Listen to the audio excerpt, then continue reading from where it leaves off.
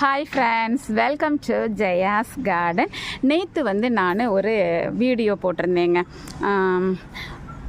அதாவது ரொம்ப கவலைப்படுகிற நபரா நீங்கள் அப்படின்னா இந்த பதிவை பாருங்கள் அப்படின்னு சொல்லி ஒரு வீடியோ போட்டிருந்தேன். அதனுடைய அடுத்த பதிவாக தான் இந்த ஒரு வீடியோவுக்கு வந்திருக்கேங்க.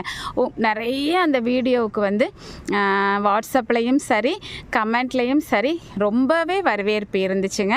எல்லாருமே இது ரொம்ப பிடிச்சிருந்தது, மீண்டும் மீண்டும் கேட்க தூண்டும் ஒரு பதிவு, மீண்டும் மீண்டும் ரொம்ப நிதானமாக நிறுத்தி அதை கேட்டுக்கிட்டே இருக்கணும்னு எங்களுக்கு தோணுச்சு, ரொம்ப நல்லா இருந்துச்சு, இப்படி நிறைய கமெண்ட் வந்துருந்துச்சுங்க.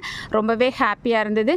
உங்களுக்கு அது பிரயோஜனம், உங்களுக்கு அது ஹாப்பி, உங்களுக்கு அது ஆறுதல் அப்படின்னா அடுத்தடுத்து இது மாதிரியான பதிவுகளும் நான் போடலான்னு முடிவு பண்ணியிருக்கேங்க. சரிங்க, தடவையாக நீங்கள் இந்த சேனலை பார்க்குறீங்க அப்படின்னா கண்டிப்பாக ஜெயாஸ் கார்டன் சேனலை சப்ஸ்கிரைப் பண்ணிக்கோங்க.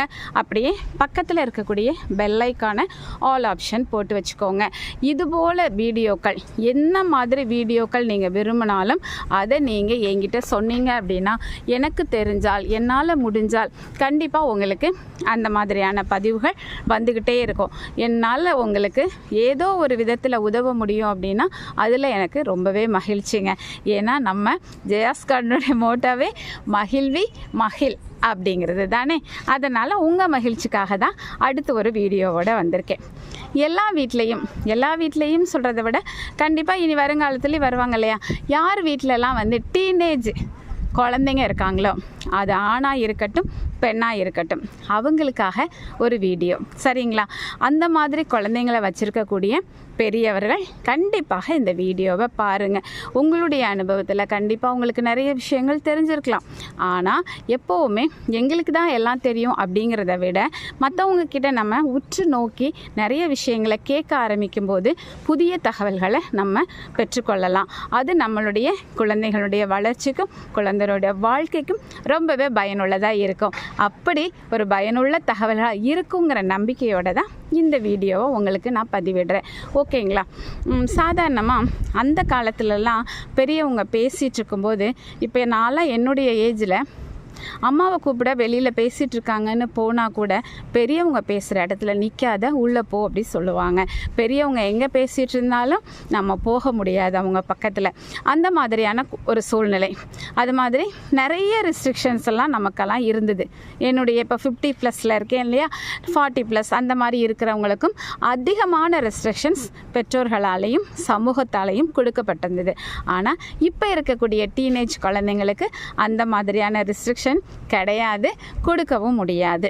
அப்போ காலத்துக்கு தகுந்த மாதிரி குழந்தைங்களுடைய மனநிலை மாறுது, சமூகம் மாறுது அப்படின்னா நாமளும் மாறித்தானங்க ஆகணும். ஸோ நம்மளுடைய குழந்தைங்களை பழைய காலத்தில் அம்மா என்னை எப்படி இப்படி தான் நடத்துனாங்க, அதனால் நீயும் இப்படி தான் இருக்கணும் அப்படிங்கிற டயலாக்கை தயவு செஞ்சு குழந்தைங்க கிட்ட கொடுக்காதீங்க.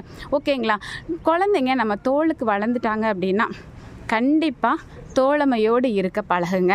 அதிகார மனப்பான்மை, கண்டிப்பு மனப்பான்மை தயவு செஞ்சு வேணாம். ஒரு சகோதரி என்கிட்ட பேசும்போது சொன்னாங்க, நான் என்ன சொன்னாலும் அதை கேட்க மாட்டேங்கிறா, நான் வேற சிங்கிள் பேரண்ட், ரொம்ப எனக்கு கஷ்டமாக இருக்குது, அதனால் அவளோட ஆசிரியர்கிட்ட போய் மாதம் அவளை பற்றி நான் கம்ப்ளைண்ட் பண்ணி அவளை திருத்த சொல்லுவேன். இதை சொன்னவங்க ஒரு ஆசிரியராக இருக்கிற நாமே போய் நம்மளோட குழந்தைய ஆசிரியர்கிட்ட போய் கம்ப்ளைண்ட் பண்ணால் அந்த குழந்தை எவ்வளோ வருத்தப்படும். அப்போ அந்த வருத்தம் எதில் தெரியும் அப்படின்னா அவளுடைய நடத்தையிலும் அவளுடைய மதிப்பெண்ணிலும் தெரியும். அதனால் பெற்றோர்களே, முதல்ல குழந்தைங்களுக்கு நீங்கள் கொடுக்க வேண்டியது என்ன தெரியுமா? நல்ல சாப்பாடு அப்படிங்கிறதுக்கும் அப்பாற்பட்டு நல்ல ஒரு நம்பிக்கையை கொடுங்க. உங்கள் குழந்தை எது பண்ணினாலும் சரியாக தான் இருக்கும், என்னை விட உனக்கு அதிகமாக தெரியும் அப்படிங்கிற நம்பிக்கையை நீங்கள் கொடுக்கணும். அதை முழுமையாக நம்பவும் செய்யணும். அவள் அப்படி பண்ணுறா, இப்படி பண்ணுறா, சேட்டை பண்ணுறா அப்படின்னு உங்கள் மனசு இப்போ சொல்கிறது என் காதில் விழுதுங்க.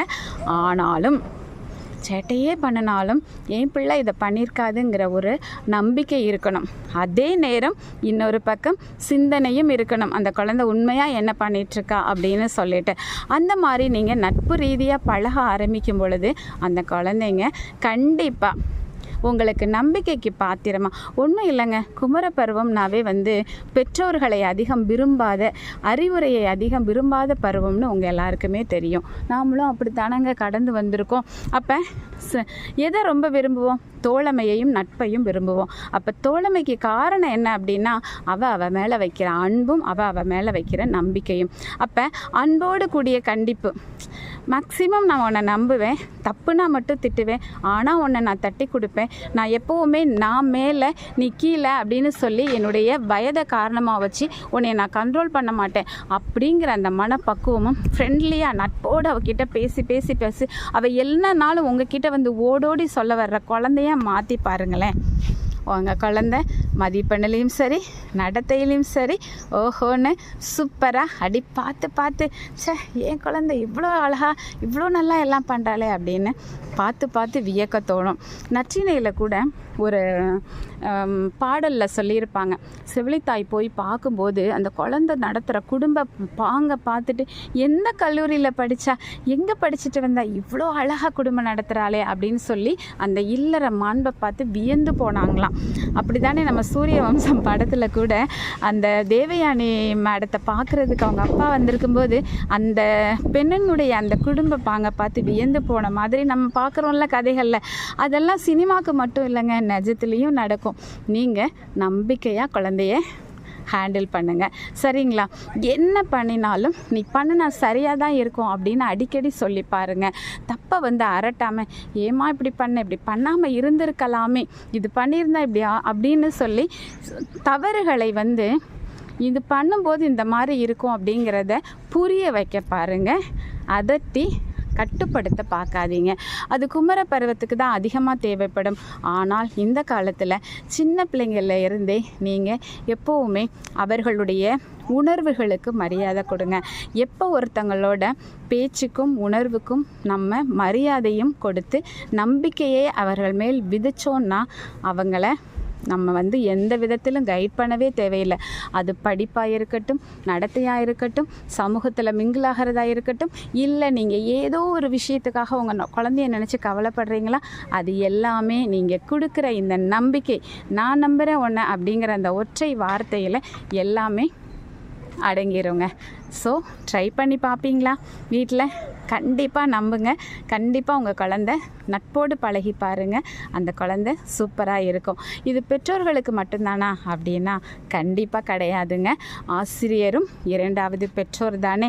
அதனால் குமர பருவத்தில் வேலை பார்க்கக்கூடிய ஆசிரியர்களும் கூட, அது 9, 10, 11, 12ஆம் வகுப்பு கல்லூரி குழந்தைகளை கையில் வைத்திருக்கக்கூடிய அனைத்து ஆசிரியர்களும் கூட அவர்கள் சொல்வதற்கு முதல்ல குழந்தைங்க பேசுனா நம்ம கேட்க பழகணுங்க.